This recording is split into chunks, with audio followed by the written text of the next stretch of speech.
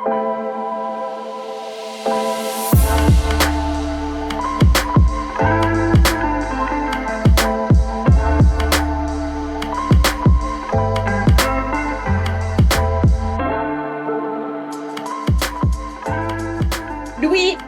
tu cumules plus de 30 ans d'expérience en ingénierie, en qualité, en rédaction technique et en gestion de personnel.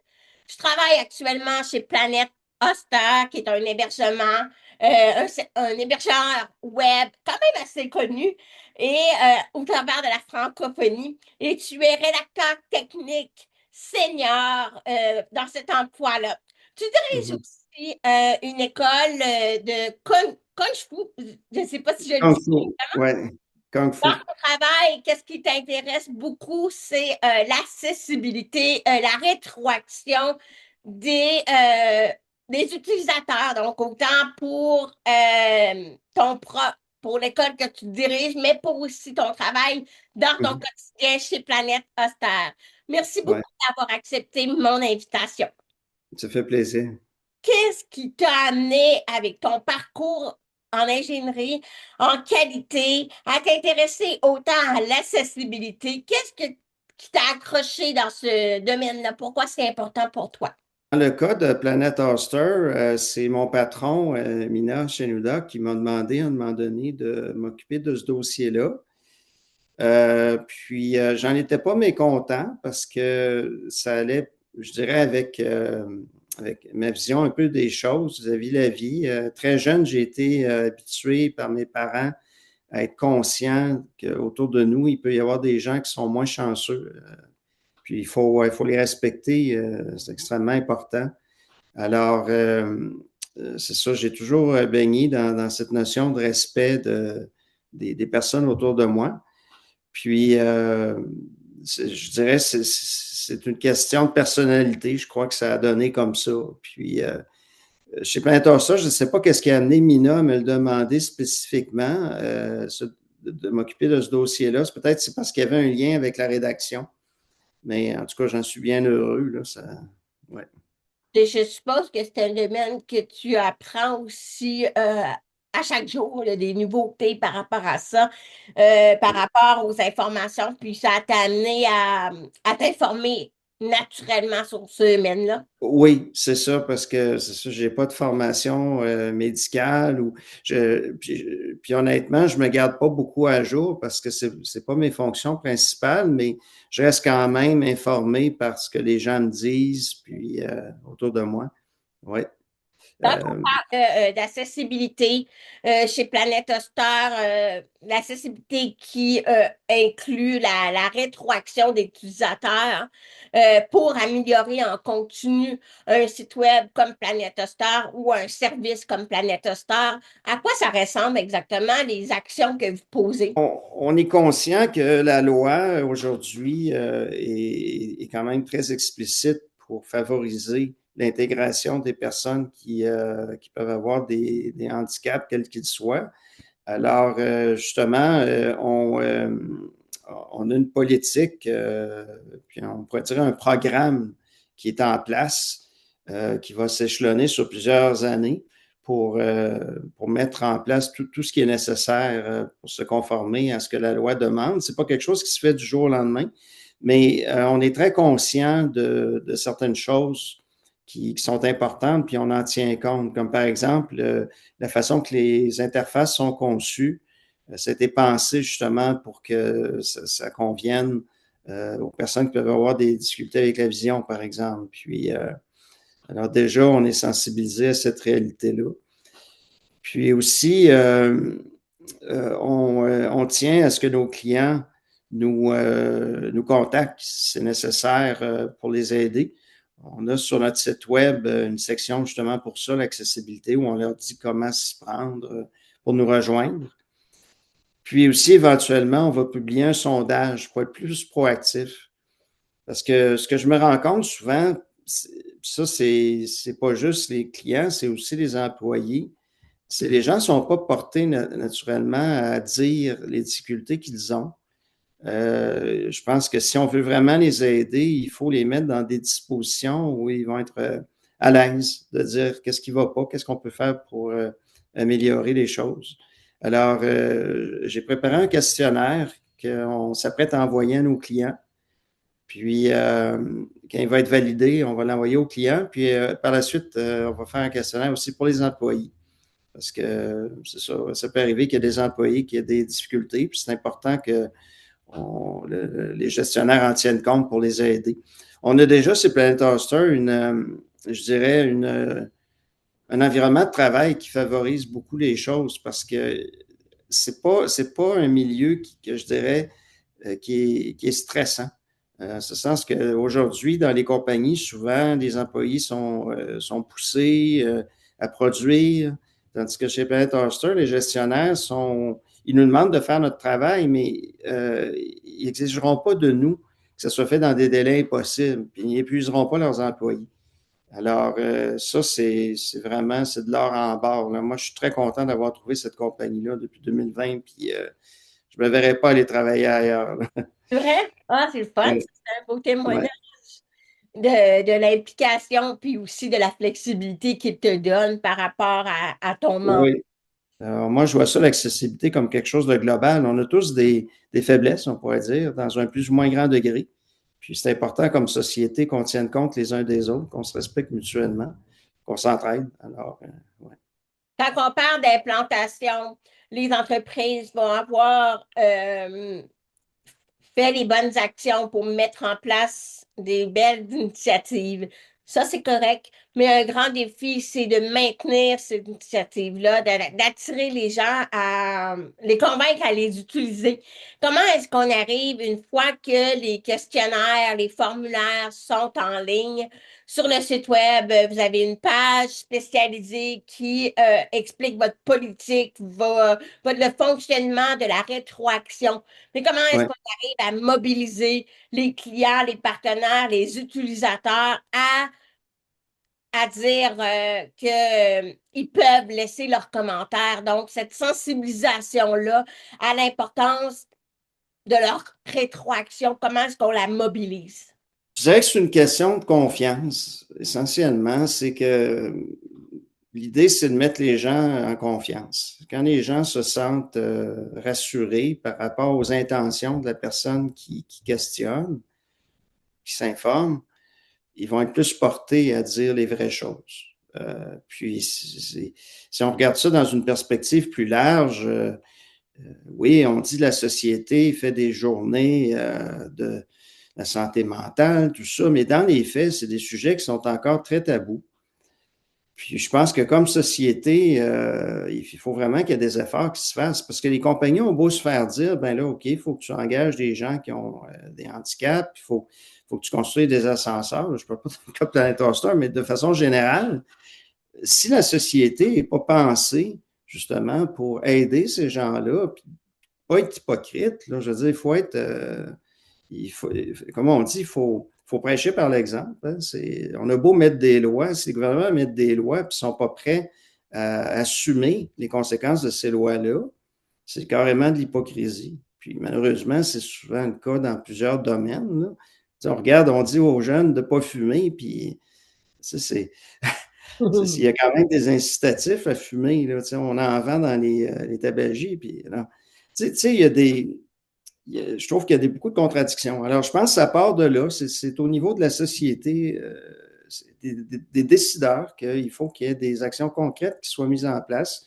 Ça peut être des subventions aux compagnies, des subventions aux individus pour les aider à s'intégrer. Puis les compagnies, en retour, doivent justement être honnêtes également quand on leur donne ces possibilités-là. Ils doivent le faire honnêtement. Puis je pense aussi que les compagnies peuvent être très proactives. Des fois, ça ne prend pas grand-chose, là, comme des petits gestes simples, là, pour faire toute la différence. Puis ben, effectivement, souvent, on essaie aussi de trop en faire, alors que la meilleure façon, comme vous dites, c'est d'être à l'écoute. Et si on peut avoir beaucoup d'idées aussi, mais on passe trop d'énergie à mettre en place ces idées-là qui n'ont pas été demandées par les principaux intéressés. Donc, comment Oui, est-ce qu'on arrive, une fois que la rétroaction est reçue, à déterminer qu'est-ce qui était en priorité? Comment ça se traduit chez Planète Hoster si vous recevez des commentaires par rapport Mhm. à l'utilisation du site web, à l'utilisation de vos principaux services aussi? Parce que moi, j'adore votre service à la clientèle. Vous êtes hyper proactif. C'est hyper accessible. Moi, j'aime beaucoup le service à la clientèle chez Planète Hoster. Je suis une Oui, c'est notre force, ouais, on est reconnu pour ça. je suis Ouais. une utilisatrice depuis plusieurs années et j'ai toujours trouvé que vous étiez très proactif. Alors, comment est-ce outre la proactivité qui est hyper importante dans l'accessibilité, comment est-ce qu'on arrive qu'est-ce qui se passe? On reçoit une rétroaction via l'application de cette rétroaction-là. Ben, là, on n'est pas rendu là parce que justement, on va la chercher, la rétroaction, dans la phase présente. Mais moi, la façon dont je le vois, c'est un petit peu comme un projet de développement logiciel, dans ce sens qu'il faut d'abord que ça soit bien planifié, puis il faut y aller par priorité. Puis pour y aller par priorité, on peut se baser sur des statistiques, par exemple. Si on se rend compte que beaucoup de personnes demandent la même chose, ça peut être un signe là, que ça, il faut mettre l'accent dessus. Alors, quand je dis je compare ça à un projet de développement logiciel, ou ça peut être un développement d'ingénierie quelconque, on va toujours partir des requis, les requis du client, puis on va y aller par priorité. Alors, il y a des requis qu'on va dire, ah, OK, ça c'est un nice to have, on n'en a pas besoin, mais celui-là, par contre, ah oui, oui, on en a besoin, puis ça presse. Puis il y en a qui sont entre les deux. Alors, ça, c'est une première chose. Puis il faut, à mon avis, il faut vraiment que ce soit très, très bien planifié et suivi pour pas justement que ça parte dans toutes les directions. Il faut que ça soit structuré. C'est ça, je crois qu'une compagnie qui veut vraiment mettre quelque chose en place de concret, il faut que ce soit quelque chose d'abord qui soit appuyé par la haute gestion, la haute direction. Puis il faut que ce soit clairement défini qu'il y a une personne qui est nommée dans la compagnie aux yeux et au su de tous là, comme étant la personne en charge. Elle a l'appui du management. Puis cette personne-là doit prendre ça comme un projet. Doit vraiment gérer ça à la manière d'un projet avec tous les paramètres dont il faut tenir compte pour que ça soit un succès. Sans ça, ça peut déraper. Là. Processus qui est clair pour éviter que c'est pas parce qu'on reçoit une rétroaction qu'il faut la mettre en place tout de suite. Exact. Mais c'est d'avoir, est-ce que c'est vraiment une priorité et d'avoir un processus pour comme gérer ces rétroactions-là et planifier la mise en place de tous les changements et non de déterminer surtout si ça implique beaucoup de changements en tant que tel, mais de ne Oui. pas réagir tout de suite, mais vraiment d'avoir un processus. Et à quoi ça peut ressembler un processus de rétroaction jusqu'à l'application? Ben, je dirais qu'avant tout, il ne faut surtout pas travailler en silo parce que l'accessibilité, c'est quelque chose qui touche tout le monde. Tant les concepteurs, ben, dans notre cas, ben, notre hoster, là, on a les concepteurs, les développeurs, puis on a aussi le support technique. Alors, je pense que c'est important que ça soit considéré, les besoins de ces entités-là, les besoins des clients, puis que ça soit géré de façon unifiée. Je ne sais pas si ça répond à la question, là, mais je dirais que c'est peut-être la première considération. Ce que je comprends quand même, c'est que ça doit être structuré. Donc, dans le fond, on parlait que oui, on met des formulaires en ligne, on communique le désir d'avoir de la rétroaction. On communique ce désir-là sur Oui, différents outils de communication. Ensuite, ben, c'est de recevoir la rétroaction puis d'être capable de synthétiser ça en fonction des priorités. Parce que je oui, n'avais pas pensé, mais oui, effectivement, tu dois influencer aussi le directeur, tu dois aussi mobiliser les équipes oui, pour appliquer ça. Donc, c'est important d'avoir une personne en charge complètement de ce rôle-là qui oui, va gérer ce dossier-là. C'est sûr que je comprends parce que tu mets à jour la politique, tu mets à jour le site web pour dire qu'est-ce qui a été fait aussi comme changement, à quelle date également. Ouais, Donc, ça demande une mobilisation pour que les équipes puissent intervenir aussi dans ce dossier-là. Avec tout oui. ce que je viens de dire, qu'est-ce que tu ajouterais pour que les entreprises prennent conscience des actions que ça implique, ce genre de rôle-là? Je pense que c'est une question de formation, essentiellement. On dit que de façon générale, statistiquement, je me souviens, j'avais appris ça où je travaillais avant chez CAE, c'est que on se rend compte que l'aspect formation des employés est souvent négligé. Parce que tout évolue continuellement, tant à l'extérieur de la compagnie qu'à l'intérieur, les procédés changent. Quand c'est mis en place, une formation qui les met au courant de qu'est-ce qu'on a. Puis quand un nouvel employé arrive, qu'on lui donne aussi un petit briefing là-dessus. Euh, chez Planet Store, on a un programme de formation quand un nouveau arrive. Alors, ça pourrait être intégré dans ce programme-là, un petit 20 minutes là, pour reparler un petit peu de qu'est-ce qu'on fait qu'est-ce qui est important pour nous pour l'accessibilité. Ouais. Dans le fond, ce que j'en déduis, c'est que c'est important de documenter. Donc, c'est comme tu dis, de ne pas juste recevoir la rétroaction puis de la mettre en application, mais de documenter ce processus-là C'est en ça. continu pour faciliter la suite des choses quand un employé Oui, va arriver. c'est ça. Il sache qu'il Documenter est dans puis former beaucoup. Parce que c'est ça, ça a beau être écrit, souvent les gens ne lisent pas. Surtout aujourd'hui, à l'ère de la vidéo, là, les gens ne lisent plus, on s'en rend compte. Là. Puis, il faut vraiment là, leur parler. Il faut idéalement les prendre dans une salle puis donner. Oui, c'est plus humain. Oui, Euh, effectivement. ouais, ouais. Moi, je Et pense que c'est important. on a mentionné en introduction que tu dirigeais aussi une école de Kung Fu. Ouais. En quoi l'accessibilité vient dans cet univers-là? Puis comment ça s'applique dans cet univers-là, l'accessibilité, ton intérêt pour l'accessibilité? Est-ce que tu fais un lien avec le domaine aussi de la gestion de cet art-là? Ben oui, parce que c'est un peu par la force des choses. C'est que nous, notre école, on a pour principe que n'importe qui peut s'inscrire. En ce sens que quand quelqu'un n'a pas une contre-indication médicale, quand son médecin, mettons quelqu'un, son médecin lui dit, ben là, oublie ça, fais pas de kung fu, évidemment, t'en fais pas. Mais si quelqu'un, par exemple, a un problème, ben, je vais te donner un exemple, OK? J'ai eu au mois de janvier un téléphone c'était janvier 2025, d'un ami, d'un de mes élèves, qui voulait commencer avec nous.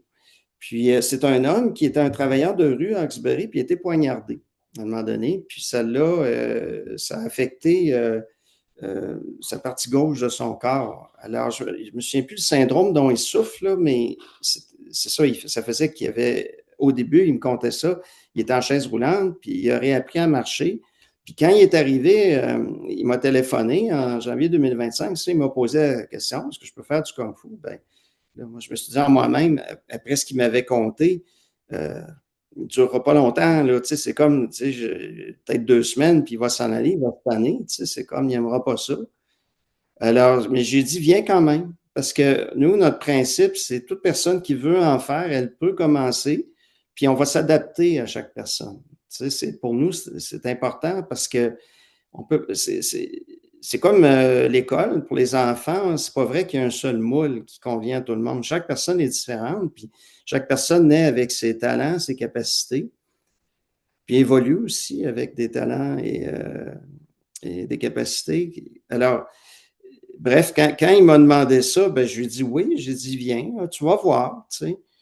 Puis de façon très surprenante, au début, il n'était même pas capable de sauter sur place. Puis maintenant, il saute à la corde, il est capable de sauter sur une chaise.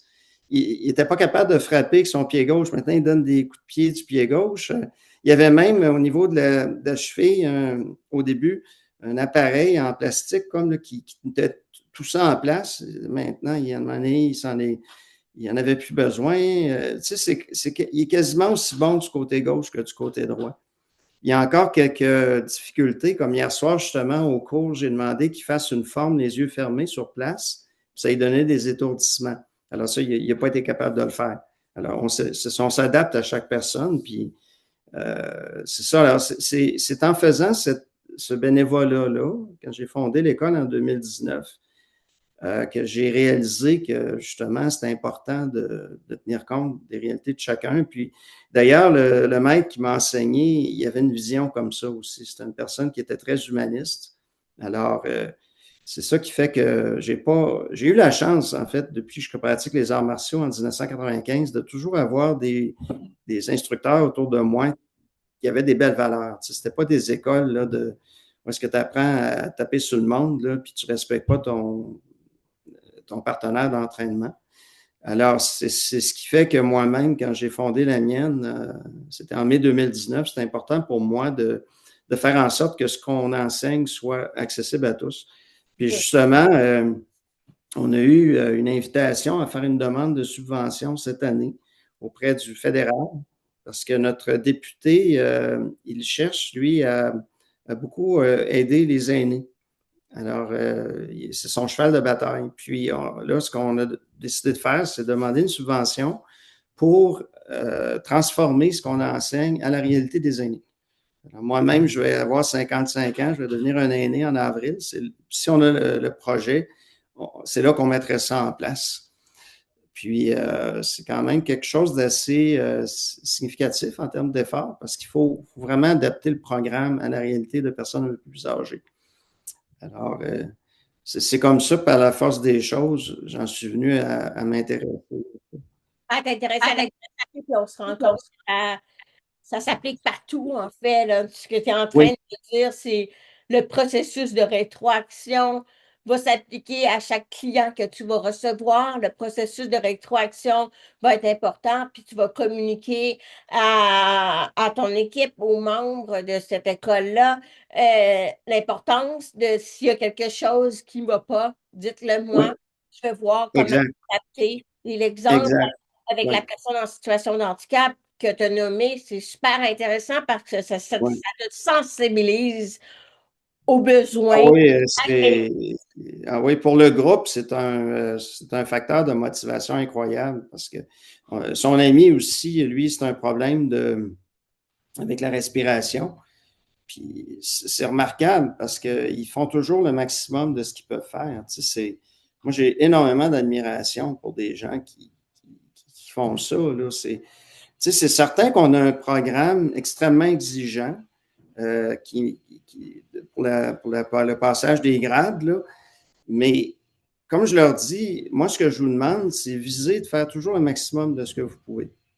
Puis si vous êtes capable de faire ce que le programme demande, tant mieux, mais désolez-vous pas. Tu sais, l'important, c'est de toujours progresser, par exemple.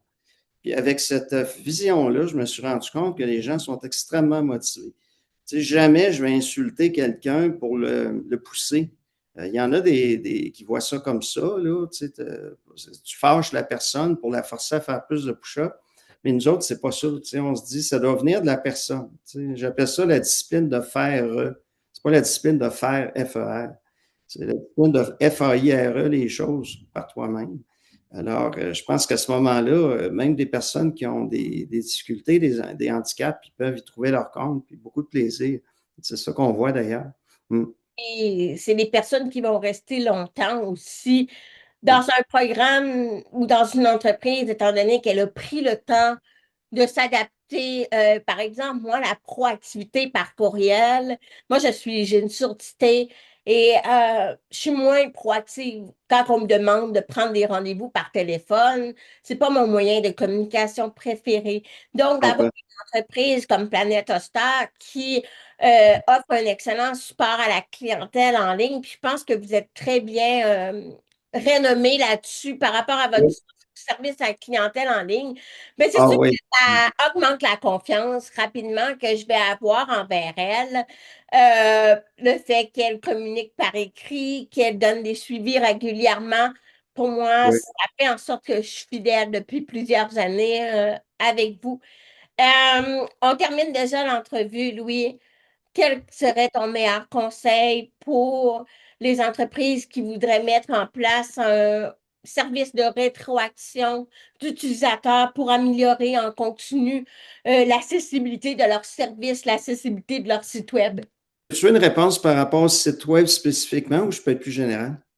Plus général, l'accessibilité. Général. Moi, je dirais peut-être aux entreprises, c'est que quand on regarde la loi d'une certaine façon, je me permets de dire qu'elle n'est pas réaliste parce que c'est pas vrai que tout le monde peut faire n'importe quoi.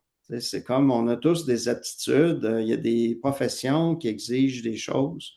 Euh, puis, on ne peut pas dire, OK, ben n'importe qui postule, tu ne devrais pas invoquer son handicap pour refuser. Je trouve que je le disais, je parlais d'hypocrisie au début, là, ça en est un exemple, ça. Moi, ce que je pense qui est important, c'est que les entreprises, le gouvernement respectent profondément tous les individus qui sont en mesure de travailler. Puis ce respect-là passe par les aider à identifier justement c'est où qu'ils peuvent faire un travail qu'ils sont capables de faire, puis qu'ils vont aimer faire.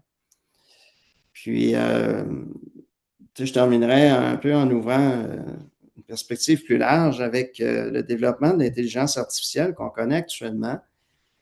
On a un très gros défi, un énorme défi, parce que ce qu'on se rend compte, c'est qu'en Amérique, il y a beaucoup, beaucoup de développement qui se fait, mais de façon non réglementée. En Europe, particulièrement en Belgique, je prenais un exemple de quelqu'un que j'écoutais une entrevue, c'est eux autres, ils réglementent, mais ils ne développent rien. Alors, où on a une très grosse difficulté, c'est qu'il faut s'adapter à ça très rapidement pour que justement les gens sur le marché du travail ils trouvent leur compte. C'est l'être humain qui a la priorité. Il va falloir adapter l'éducation. Il va falloir que dans les universités, ils utilisent des façons d'enseigner qui sont toutes nouvelles. Il va falloir que les professeurs plus âgés s'adaptent parce que on s'en va dans une autre réalité. Puis, moi, un petit peu la crainte que j'ai, c'est que si ce n'est pas réglementé, justement, c'est que les machines vont prendre préséance sur l'être humain à plusieurs égards. Puis les plus vulnérables, c'est eux qui vont être tassés. Alors, moi, je pense que comme société, il faut vraiment mettre l'accent sur l'être humain. Il faut faire le choix de dire que l'être humain est quelque chose qui est supérieur à une machine. Même si la machine est capable de découvrir plus que le meilleur des savants, il y a des choses qu'une machine ne fera jamais. Puis, en particulier, avoir une âme, puis être capable d'amour, puis être capable d'empathie, de véritable empathie, ça, c'est pas une machine qui va y arriver. Même si elle est programmée, là, puis qu'elle s'autoprogramme pour être empathique, là. On a des robots qui pleurent, n'importe quoi, excusez, là, c'est de la bullshit, là, tout ça, là. Moi, je crois beaucoup à l'être humain. Je crois beaucoup à ce qu'on valorise l'être humain. Puis, si on veut que la société survive dans le futur, moi, je pense que c'est important que dès maintenant, les gouvernements prennent les mesures qui s'imposent pour s'adapter à cette nouvelle réalité-là, puis que ce soit l'être humain qui garde le contrôle. Puis que sur le marché du travail, par exemple, qu'on garde en place les personnes qui ont plus de difficultés. Parce que c'est ça qui fait qu'on est des bons êtres humains, c'est quand on tient compte des autres. Sans ça, ça fait des sociétés, comme on a déjà connu, là, ça fait des sociétés eugénistes ou whatever. Là, c'est vraiment important, là, je crois, qu'on conserve nos valeurs. Merci, Louis, d'avoir accepté mon invitation. C'était vraiment un plaisir d'échanger avec toi. Ben merci, c'était un plaisir aussi je vous remercie de m'avoir invité.